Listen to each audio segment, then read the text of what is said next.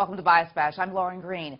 Well, the National Review making a bold statement with this cover against Trump that paired with a scathing editorial slamming Republican frontrunner Donald Trump as, quote, a philosophically unmoored political opportunist who would trash the broad conservative ideological consensus within the GOP in favor of a free-floating populism with strongman overtones.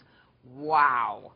Joining me now with reaction is Pulitzer Prize-winning investigative reporter and a Fox News contributor, Judy Miller. Okay, so Chris Wallace, who does our Sunday news show, was on talking about that this article will have little impact. That'll be more people actually watching our coverage about it than actually reading the article. Right. What is your reaction? Well, I think look at what Donald Trump has already done with this, which is he'd never heard of the National Review. He tweeted until they declared war on him. Actually, he said until they tried to declare war on him.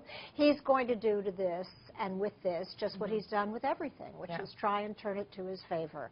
And he was actually assailed this week not only by the right-wing, conservative wing of his party, but the left wing in the group that got together of celebrities, left-wing intellectuals, to say we've got to distance ourselves as a country, as a nation, as a people from Donald Trump because his ideas are so odious and he's so offensive and he's offended everyone.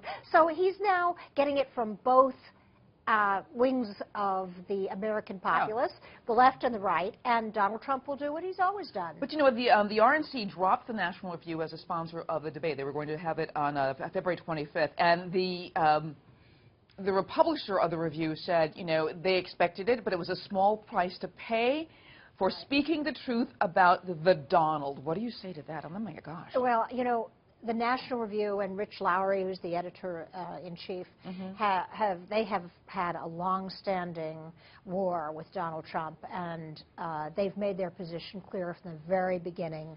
And I want to commend them for at least ideological consistency. Right.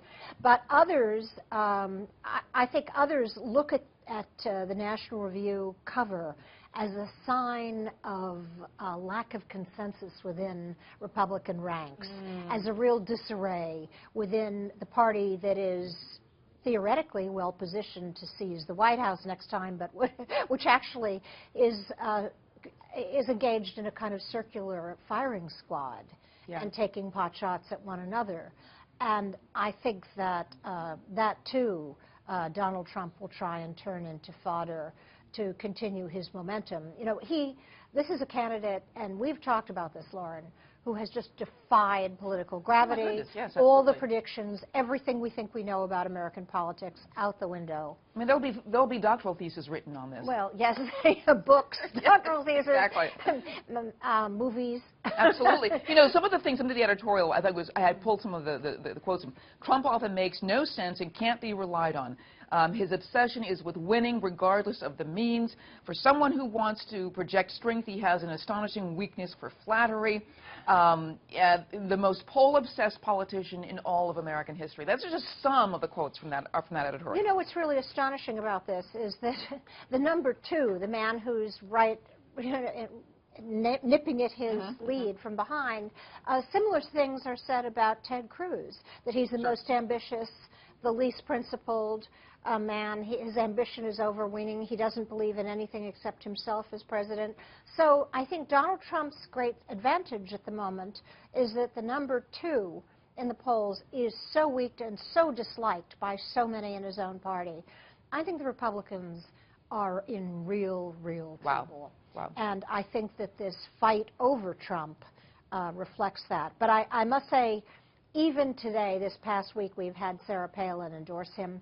You know, Peggy Noonan, another conservative, came out and said this isn't what he needed. What he needed was someone with gravitas endorsing him. Donald Trump doesn't think he needs any of that. Wow. He just thinks he needs, through his celebrity status and the power of his charisma, to get enough people out to vote in the primaries. And I don't know if he will or will not be able to do it. All right. I want to thank you so much, Judy Miller. Thank you.